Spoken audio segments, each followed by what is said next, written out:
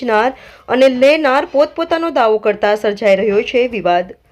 અમારી ગેરહાજરીમાં ઘનશ્યામભાઈ જગ્યામાં ગેરકાયદેસર રીતે ઘૂસણખોરી કરી રહ્યા હોવાનો ગંભીર આરોપ।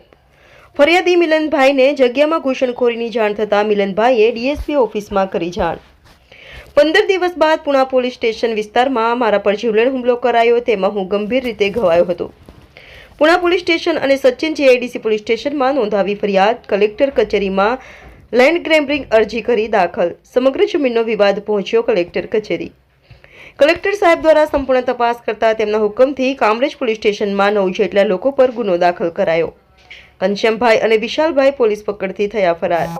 ફરિયાદી તંત્ર પાસે ન્યાયની કરી રહ્યા છે માંગ। ફરિયાદીને જાનનું જોખમની ભીતિ સર્જાઈ રહી છે। કામરેજ પોલીસ એસીપીને તપાસના આપ્યા આદેશ। રિપોર્ટર ઇબ્રાહિમ રાજ, સુરત। મારું નામ મિલન મનસુખભાઈ પાંભર છે।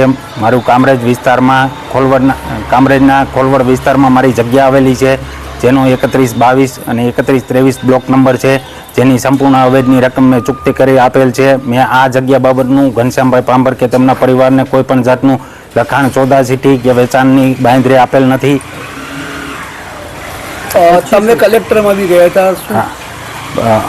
અમારી ગેરમોજૂદગીમાં ઘનશ્યામભાઈ પાંભરે આ જગ્યામાં પ્રવેશ કરી, જેની અમને જાણ થતાં અમે ડીએસપી ઓફિસમાં અરજી કરેલ। ત્યારબાદ 15 દિવસ બાદ મારા પર હુમલો પુણા વિસ્તારમાં હુમલો કરાવેલ, જેમાં મારા ગોઠણની ઢાંકણી ફાટી ગયેલ, જે પુણા પોલીસ સ્ટેશનમાં અમે ગુનો દાખલ એમના વિરુદ્ધ કરાવેલ છે।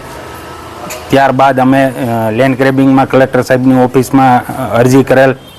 એમના બીજા દિવસે મારા ભાઈ, મોટા ભાઈ ભાવેશભાઈ પાંભર પર સચિન વિસ્તારમાં હુમલો કરાવેલ, જેમાં માથામાં ફ્રેક્ચર, માથામાં હેમરેજ અને 2 ફ્રેક્ચર થયેલ હશે, જે જાનલેવા હુમલો છે। તેમના વિરુદ્ધમાં સચિન જીઆઈડીસીમાં પણ ગુનો દાખલ થયેલ છે।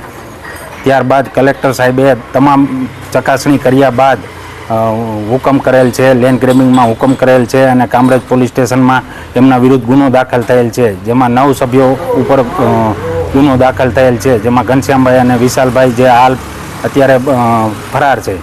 એ લોકોનો ગુનાહિત ઇતિહાસ શું છે?